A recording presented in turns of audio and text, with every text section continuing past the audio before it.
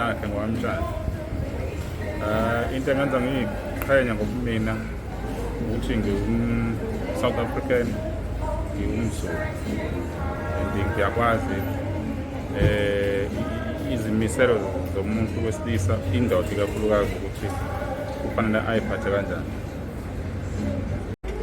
My name is Sabelo, and what makes me proud of being South African is like being a Zulu guy.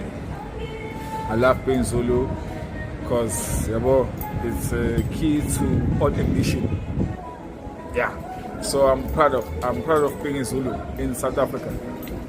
And essentially, if you think through all the kings right up until Isandlwana, when there's such a huge defeat of the British, it feels like all of that is a legacy of Shaka. That he put in place something that took them to that incredible victory. And the truth is that today, there's a very substantial, Zulu nation, relatively cohesive, that you can date back to then. So, with the third season, you could say, well, it's his demise, but on the other hand, he has set in place something that continues forward. Sure. Sort of the narrative that came out of the 80s show was that Shaka was a bloodthirsty, sort of ruthless leader who went around killing people, sometimes just to subjugate. Have you guys sort of been? Was that narrative something that you desperately wanted to change in this series? Well, I suppose, for me, he's a complex character. Sure. That's what's so important for me. In order to achieve what he achieved, he had to be a bit of a genius. Certainly a military genius. And I think, I would hate to think that we are either dumbing him down or we are sanitizing him. I would like to think that we show a complex man that has his dark side and has an extraordinary vision. Sure. That is what we would like to come out of the third season. He is certainly not an angel. He is a complex being with both the angel and the devil in him. Sure. So, it was very much in the casting of Lemo. I've worked with him and I feel like he is able to be both a warm and approachable play and a warm and approachable character. He's also able to go very dark. So we are able to take it to both places. And that was important for me. Sure. I saw him in Back of the Moon a couple of years ago. He was quite a scary character in that one. Yeah, he had a lot of fun on that.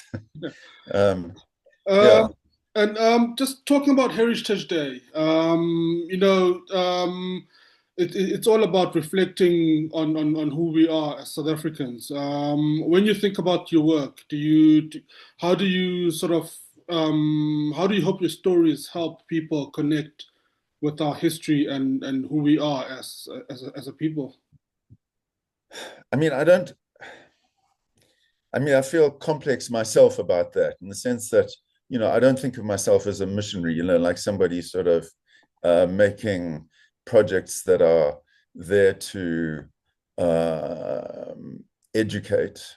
But I tended to do that. I'm sort of, so I have this thing. And there's no doubt with Shaka Ilembe, what we felt was that there was a real vacuum in terms of African heroic figures, that a young African, sort of in the context of cinema or television, that a young African could hold up and think, that's my hero kind of thing.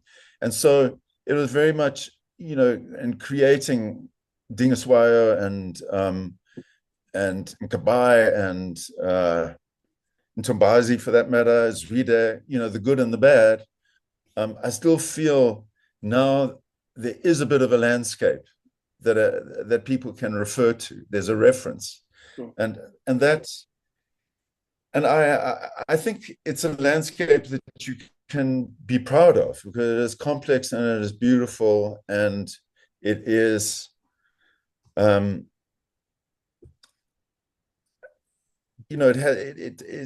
it's a very, we wanted a dignified telling, and so in the making, we very consciously have gone down a very classic route. It's not like we're going to do the gritty Shaka story.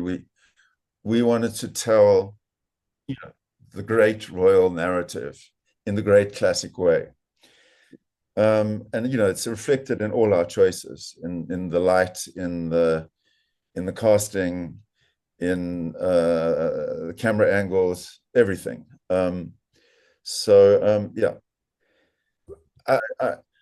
Despite me saying, well, no, I don't necessarily want to do educational historical stuff, my inclination does partly go that way.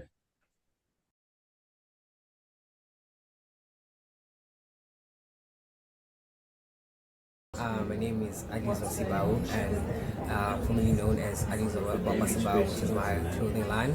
I'm based in Cape Town, and the inspiration behind all my collection is to try to introduce myself to the fashion industry. And by introducing myself is kind of touching base in each and everything that made me who I am, and that's like going back to my roots and where I come from, and that's the Eastern Cape, and talking more about my culture and the Temu tribe, which I'm proud of. And my father was one of the leaders of the Temu tribe and the chiefs of the Temu tribe, and where my family comes from and where it's going and how it's led.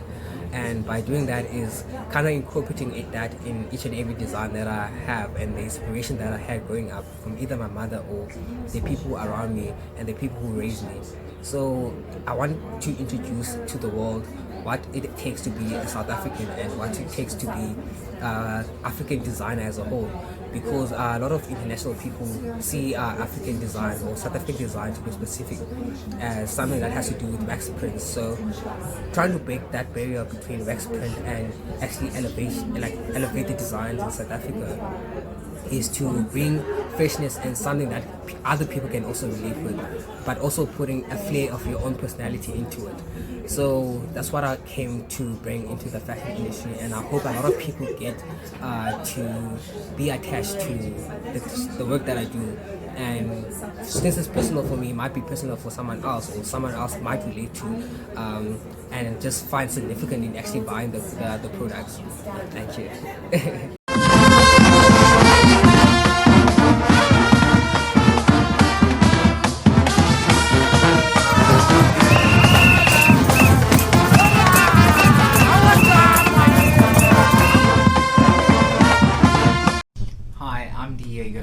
I'm 30 years of age, all the way from Atlantis. My minstrel Koens, or what we know it as Kaapse Klopse, journey started at the age of 9, and I ended up performing and singing for the Klopse for 14 years. It was the most memorable and amazing time of my life, and definitely instilled so much. My journey started as a juvenile, sentimental. I ended up doing adult, the moppy, I did all of that, and ended up doing the Koen song. At the age of 22, I stopped singing for the minstrels, but I ended up becoming a full-time performer and a MC. Genuinely appreciated of the minstrels is getting on stage and having the most nerves in your entire body, but the adrenaline that it brings to sing and stand in front of thousands of people cheering for you regardless of what you're doing on stage. And I think I wouldn't have become the person that I am today without that. The Kaapse Klopse or minstrels really groomed and shaped me into the individual I became eventually in my youth and in my later 20s. it really contributed a great load to me becoming a full-time performer, and I became in love and started loving the art form and the stage and entertaining people. It contributed a lot to how I project myself personality wise in my society, and I can definitely say there's so many layers and elements to me.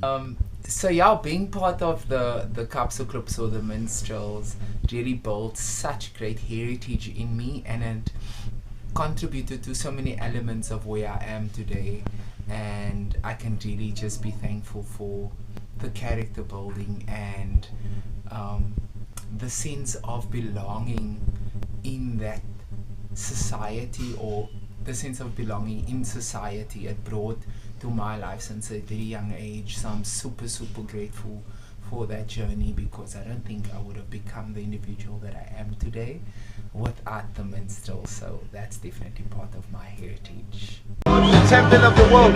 Which one is this one? He's the champion of the world. Oh, I love God. it. Which one is this one? My name is Fanele Miaga. Should I say my age? No. You can. Okay. No, I'm not going to say my age. Yeah, so what makes me proud to be a South African, especially during the Heritage Month, is how patriotic South Africans are. We're very proud, especially when it comes to sports. We're a country of winners, even though sometimes we're quite divided. But I think for the most part, we enjoy winning and seeing South Africans win.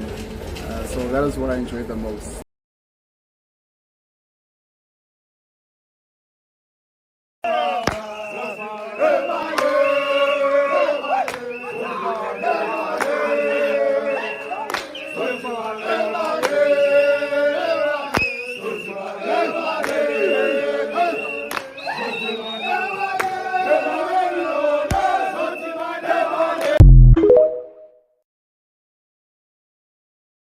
Official dancer for the Springboks and SA Rugby.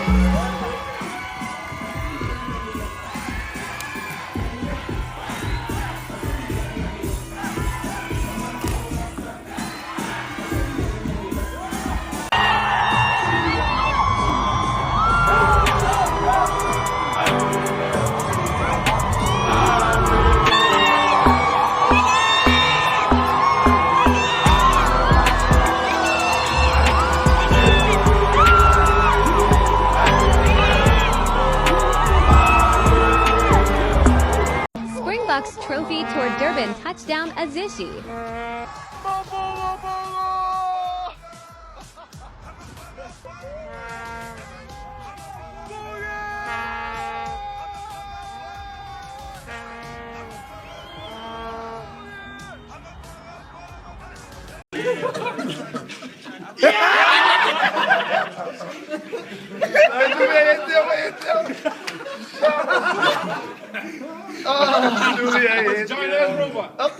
This is giant ass robot.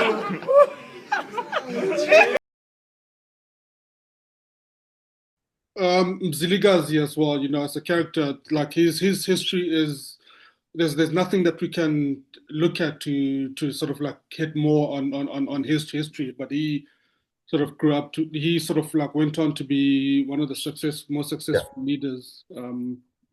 And it's something like that. Maybe something you'd be considering, maybe like a spin-off to from Shaka Ilembe to like maybe Mzilikazi or Soshangane perhaps.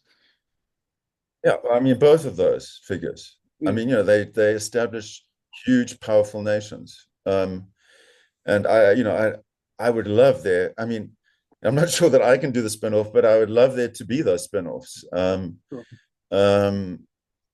It's like we're setting up, I suppose what we want to do as well was to say to the broadcaster, there's an appetite for this sort of television, sure. So that in fact they are prepared to invest in doing the projects that you're describing. Sure. And I'm hoping that we achieve that. Sure. So that other people can do that, Yeah.